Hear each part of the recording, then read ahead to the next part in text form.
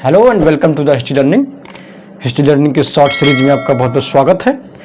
और आज हम इस सीरीज का अंतिम वीडियो लेकर के आए हैं और जितने भी महत्वपूर्ण इतिहास से संबंधित शब्दावलियों से रिलेटेड जो भी फैक्ट हो सकते थे और जो भी एक्सपेक्टेड क्वेश्चन के रूप में हमारे सामने आ सकते थे, मैंने एक एक करके करीब 8 वीडियो मैंने इसके पहले अपलोड कर दिए हैं और ये 9th वीडियो और लास्ट वीडियो होगा इस सीरीज़ का।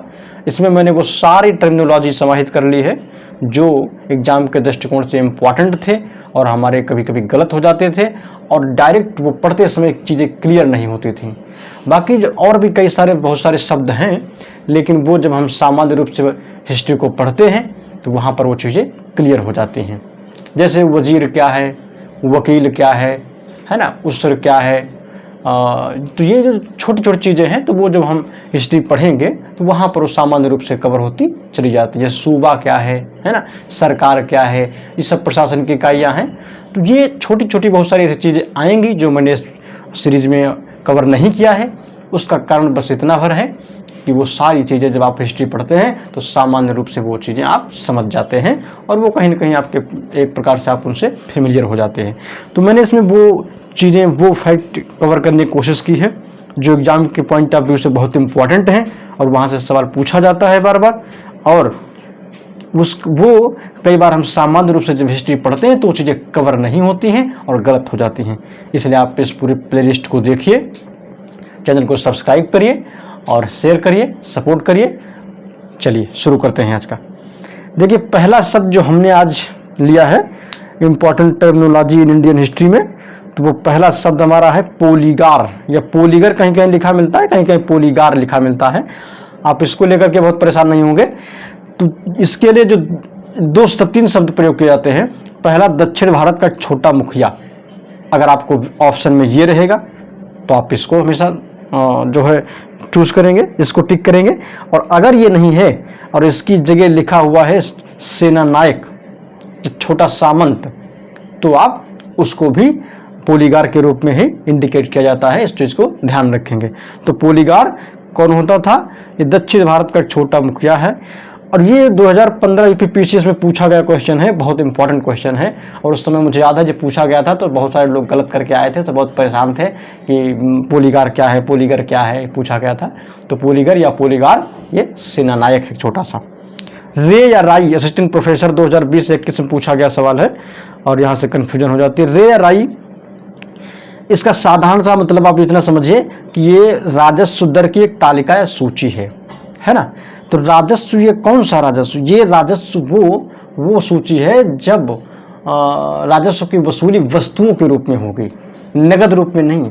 जब वस्तु के रूप में जो वस्तु के रूप में जो भी राजस्व वसूल किया जाता था, उसकी कितनी परसेंट, कितनी दर किस वस्तु की होगी, वो एक लिस्टेड किया जाता था।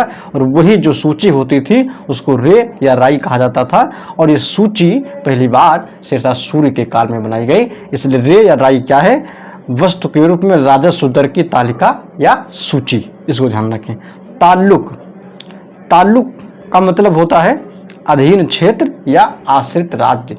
आप ताल्लुक से ये मत समझना, ताल्लुक मतलब ये भी होता है मतलब रखना या कोई वास्ता या राबता, है ना। एक शेर आपने सुना होगा कि ताल्लुक कौन रखता है किसी नाकाम से, लेकिन मिले जो कामयाबी सारे रिश्ते बोल पड़ते हैं। तो वो वाला ताल्लुक नहीं है ये, हमसे कोई मतलब रखे, वास्ता रखे, हमारा कोई इम्पोर्टेंस समझे, वो वाला ताल्लुक नहीं है। ये ताल्लुक मतलब एक प्रकार से प्रशासन इकाई के रूप में संदर्भित करता है, अधीन क्षेत्र या आश्रित राज्य।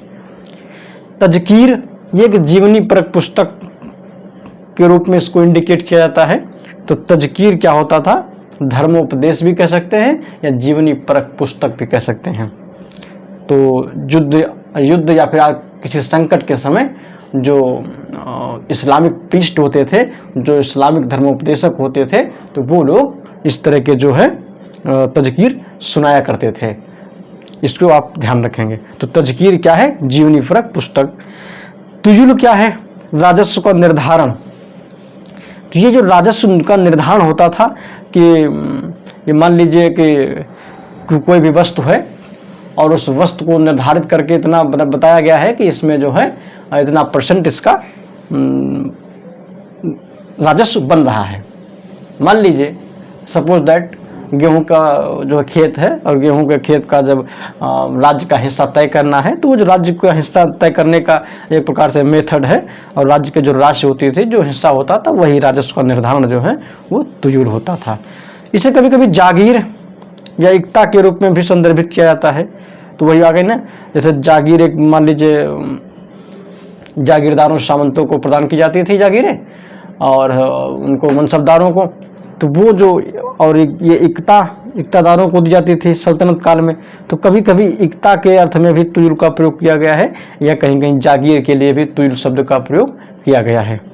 शेख ज़्यादा बहुत इम्पॉर्टेंट है और इसका मतलब होता है भारतीय मुसलमान।